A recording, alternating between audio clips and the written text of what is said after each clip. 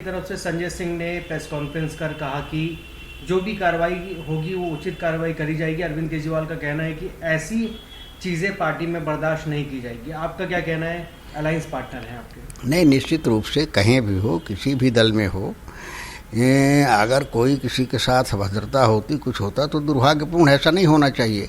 अब वो किस संदर्भ में किया, कैसे किया, वो तो जब उसका पूरी पृष्ठभूमि की जानकारी होगी, जांच होगी, तभी पता चल पाएगा उसमें कोई दोषी है कि नहीं है, कि किस संदर्भ में हुआ है, तो उसकी जांच जरूरी है। जो केजरीवाल ने कहा वो स्वागत है कि जांच होनी चाहिए ताकि तथ्य सामने आ सके। पीएम ने रैली को संबोधित करते हुए कहा कि जब एक वीक गवर्नमेंट होती है, कमजोर गवर्नमेंट होती है कांग्रेस की तरह, तो वो देश को भी कमजोर करती है। ऐसी जो गवर्नमेंट होती हैं वो देश का भला नहीं कर सकती हैं। जिस तरह से कोडरमा में, झारखंड में कांग्रेस की भी सरकार रही, नक्सलिज्म को बढ़ावा दिया और किस तरह से आतंकवाद को बढ़ावा दिया, इस तरह से जो है लोगों के जो सपने हैं नक्सलिज्म के द्वारा तोड़े भी गए। कैसे देखते हैं? देखिए, सरकार जो है, कमज़ोर सरकार, मजबूत सरकार, वो तो कांग्रेस को कमज़ोर सरकार बता करके कह रहे हैं, देश के अस्मिता के बारे में प्रश्न उठा रहे हैं। मैं पूछना चाहता हूं कि मोदी जी की तो मजबूत सरकार है, मजबूत इरादे हैं, मजबूत लोकतंत्र है, फिर जितना देश के खिलाफ, लोगों के खिलाफ काम मोदी सरकार में हुआ है, कभी हुआ है क्या? चाहे हमारी सुरक्षा का सवाल हो, जिस तरह से सेना के क्षेत्र में भी पुलवामा जैसी घटनाओं को अंजाम देने वाले कौन थे? यही सरकार थी जो मजबूत सरकार है। किस लिए ऐसा किया गया? अपनी सत्ता के लिए। तो जो अपनी सत्ता के कुर्सी के लिए देश की अस्मिता को दांव पर रख सकता है, उससे क्या अपेक्षा करते हैं कि कौन सी मजबूत सरकार है, कमज़ोर सरकार है? इससे अच्छा अगर मजबूत सरकार ही कर रही है तो इससे अच्छा तो कमज़ोर सरकार है। मोदी जैसी मजबूत सरकार होके और देश के साथ इस तरह से करे, देश के बेरोजगारों के साथ में इस तरह से करे, देश के अन्नदाता किसान जो दुनिया का पेट भरता है उसके साथ में इस तरह का काम करे, तो इससे बड़े निर्लज्जता की बात क्या हो सकती है? ये सोचने की बात है, उनको सोचना चाहिए। केंद्रीय मंत्री अब है कि 380 सीटों पे जो है चुनाव हो चुके हैं, जिसमें से 270 सीटें जो है मोदी जी जीत चुके हैं और मेजॉरिटी ले चुके हैं। अच्छा, अब जो लड़ाई है 400 पार की। ये सुना किसको रहे हैं? भाई चुनाव लड़ रहे हैं, 400 का नारा इनका है, तो उसमें परेशानी क्यों है, घबराहट क्यों है, ये हमारे समझ में नहीं आता। उसकी बार बार सफाई देने की क्या ज़रूरत है? 4 तारीख को इसे पता चल जाएगा कि इनके कितनी सीटें आ रही हैं। ये 200 से पार नहीं हो पा रहे हैं। इसी वजह से आपने देखा होगा कि प्रधानमंत्री नरेंद्र मोदी जी का जो वक्तव्य है, चाहे वो रैलियों में है, भाषण में हो, पार्टी के अंदर हो, कार्यकर्ताओं के बीच में हो, सब निराशाजनक वक्तव्य, निराशाजनक कार्यवाही है।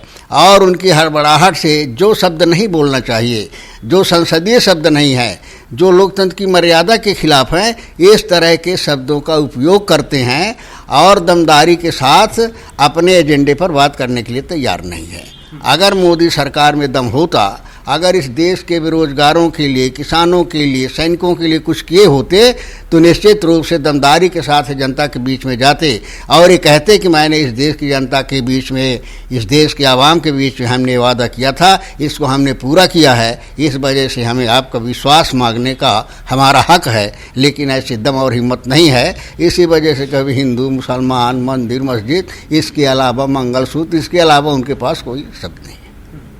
मुख्यमंत्री योगी आदित्यनाथ का कहना है कि एक तरफ ऐसी गवर्नमेंट है जो गरीबों के बारे में सोचती है और दूसरी तरफ वो गवर्नमेंट है जो समाजवादी पार्टी और कांग्रेस के घेरते हुए उन्होंने कहा कि दूसरे वो लोग हैं जो पाकिस्तान को सपोर्ट करते हैं, राम मंदिर को अपोज करते हैं, राम मंदिर को बनने से रोकते हैं, बात करते हैं, प्राण प्रतिष्ठा में नहीं आते हैं और कहते हैं कि पाकिस्तान के पास एटम बॉम्ब है। तो हम कहना चाहेंगे पाकिस्तान के पास एटम बॉम्ब है तो क्या हमारे पास नहीं है? अगर वो उनके बम चलाने के लिए तो हमारे क्या फ्रिज में रखने के लिए हैं? नहीं, दिखते कहना चाहते हैं कि जो मोदी जी कह रहे हैं, एटम बम की बात, इसकी बात, उसकी बात कर रहे हैं, मैं केवल इतना ही कहना चाहते हैं कि सत्ता में तो बैठे हैं, केंद्र सरकार में मोदी जी बैठे हुए हैं अब वो उनके लाल आंख कहाँ गई चाइना के प्रति जो उन्होंने कहा था। और आज जिस पाकिस्तान का वो चुनाव में हर मुद्दे पर पाकिस्तान पाकिस्तान खालिस्तान की बात करते हैं, मैं इनसे पूछना चाहता हूँ कि पाकिस्तान बिरयानी खाने कौन गया था? कांग्रेस के लोग गए थे? राहुल गांधी गए थे कि मोदी जी गए थे? क्यों गए थे? अगर इतनी नफरत थी, पाकिस्तान इस तरह कर रहा था, क्यों गए थे? तो इनके कथनी और करनी में बड़ा अंतर है। ये चाइना आज जो है, ये जब युद्ध हुआ था, युद्ध विराम हुआ था, उस समय की बात करते हैं। आज इनको शर्म नहीं आती कि आज चाइना बॉर्डर पे, सीमा पर, भारत की धरती पर वो आवास बना रहा है, मकान बना रहा है, सड़क बना रहा है, और इस सरकार को जो है दिखाई नहीं दे रहा है। और वक्तव्य लीजिए कि 1 इंच भी माने जो है हमारे सीमा पे नहीं आया है। अधिकृत रूप से कहो, श्वेत पत्र जारी करो कि माने 1 इंच चाइना हमारे सीमा पे नहीं आया है।